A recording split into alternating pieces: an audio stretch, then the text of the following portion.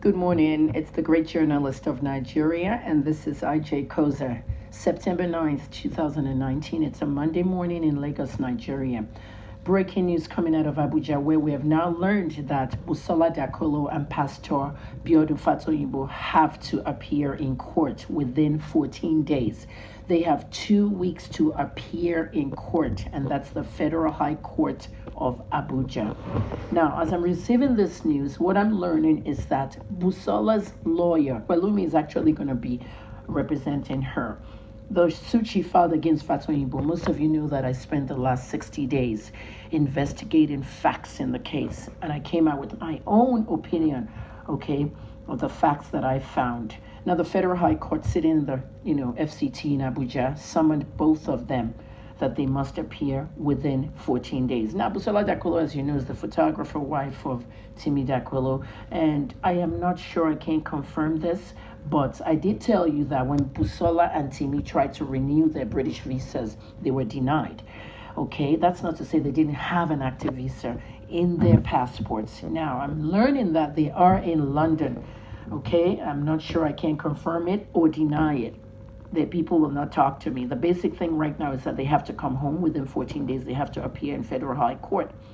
Now, Mrs. Dakolo, as you know, claimed that, the pastor allegedly raped her twice, 20 years ago, 1999. Later in my investigation, some of the facts of the case with regards to where she was raped, her home, and her sister being up there and didn't hear anything. Her sister has never talked about the case, and she's never posted anything on social media. And some of the facts of the case even go back to the sister, because the sister actually said that some of the things she said on the Why Niger interview were not true. Like, the driver was looking at me like a pedophile and I slapped him. That wasn't true, according to Funto. Okay, taking that all aside, she has lots of sisters who have never advocated for her. Okay, but at the same time, they don't have to talk. Okay. Now, what I found out in this case, in my summary, is that they actually, came up with some things that were similar to another high-profile rape case in America, the story of Jules Woodson and Pastor Andy Savage, which corroborates with the second rape that she's alleging, that the pastor picked her up to take her home after a night of babysitting, something of the sort. I found out that the baby did not even exist in 1999. The baby wasn't born till 2002. And then the Mercedes that she said he bent her over, and they had doggy style sex. The car itself was not purchased till 2003. Now, with that being said, I found out that her timeline, which was not there before, was not even there, and it was all a lie. She made it up. Eventually, during my investigation, I found out that was the same style that Pastor Andy Savage used with Jules Woodson, a 17-year-old, 20 years ago, taking her home from church and sexually assaulted her on the way home. This was a carefully planned, orchestrated event. For me, I got a lot of criticisms from media, from people, from followers who said I was taking the side of the pastor. As a journalist, you're not supposed to take sides and you're not supposed to be neutral. You're supposed to go and look for the truth. At least that's what investigative journalists do. I went in there to look for the truth, and I found the truth, and it's my finding. Now, the police finding is different. But then last week, a journalist disclosed that someone within the police department allowed Busola to actually change the date of the petition's information. She changed the date of her statement. Instead of 1999, she suddenly had it as 2001 to 2002. That's fraud. Because she discovered that I found out that no baby existed and no car existed till 2003. So right there and then, someone within the police department leaked that to a journalist in Abuja. In that journalist's opinion article, I published it.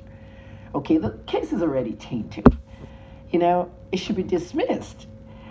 Things don't add up. But the police have finished the investigation, of course, and now they've charged it to court. Busola is saying she needs a personal letter of apology from Fatoyinbo to show honest remorse of his misdeeds. Fatoyinbo is not going to apologize for what he didn't do. I'm just telling you from the side of an investigative journalist. But you don't see that. Many of you see that I'm citing the pastor. Some people even say the pastor has paid me money. I've never met the pastor. I've never spoken to him. I'm doing my job. This is a story where the entire Nigerian media did not touch. Nobody bothered to. But behind the scenes, I spoke to many of my colleagues in television stations, radio stations, and even newspapers. Many said they have no facts to work with. There's no physical evidence and there's no forensic evidence. We don't even know whether it happened. We've done enough for Busola. We've reported her claims. In the suit she filed, her lawyer, Pelumi Olajengbesi, okay, it said on that suit, okay, that Busola asked the court to declare that Fatoyinbo's denial of his alleged acts contained jointly or severally through a press statement he released on June 28 caused her emotional distress and amounted to intentional infliction of emotional distress on her. In other words, Busola is now saying that when Fatoyinbo's crusade was canceled and Busola and her organized protesters disrupted Koza, Fatoyinbo, who released a statement on why he canceled his crusade and how he stepped down from the church, that statement that Fatoyinbo released upset her. That's what she's saying. It said that statement actually inflicted emotional distress on her. Busola, if you charge, if you make allegations that someone raped you and they're in a high position, they have the right to release information via their PR department. I'm a publicist. That's my second degree. Okay? The church has a right to speak out. And that's what public relations is about. So now, the pastor released a statement saying she's lying. It's just a plan for extortion. They just want to extort the church and bring down the church. He has the right to do that.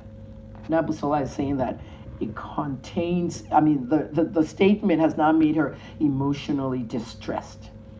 Her interview with Y Niger with regards to, he penetrated her vagina, gave her crest. The whole crest thing is in the court papers.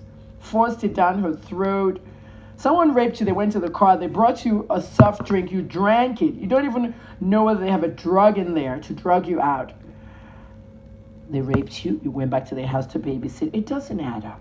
I hope the court sees this. Busola Dakolo is lying. No rape happened. No consensual sex happened. Busola has sponsors. The husband is very manipulative. Timi is a very manipulative person. This is a scam. For me personally, some people are saying, if the police can't solve this case, they should just throw it out. I didn't believe that police should throw it out.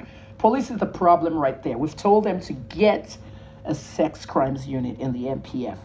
Forensics in Lagos. We have forensic centers in Lagos. We need more forensic centers in every state. But if the MPF had a sex crimes unit, with the kind of money we have in Nigeria and we have not done these things, we wouldn't be where we are now. Okay? This incident allegedly happened in Ilorin. Ilorin is not even involved. Abuja and Lagos are the ones handling something they don't even know. Because of course, pastors, he's based in Abuja. Accuser is based in Lagos. But what I will say, in my opinion, is that it's a good thing that this case is going to court, okay? Because that's to tell you that the police can't solve it. They don't know what's going on. They have nothing to work on. So the Abuja Federal High Court has summoned both of them, both Busola and Pastor Fatoyinbo, to court. They have to show up in 14 days. So wherever the Dakolos are, they need to show up in court. I guess their lawyers will contact them. And so that's the latest on IJ Koza. I will give you more details as it comes in. I'm Kemi Olunloyo, the great journalist of Nigeria, and it's Monday, September 9th, 2019. Stay tuned. I am on Twitter at HNN Africa, Facebook, Instagram at Kemi Olunloyo, and of course YouTube at Kemi Olunloyo TV. And so you have it. Breaking news coming from Abuja that Pastor Fatoyinbo and Busola Dakolo have to appear in the courts.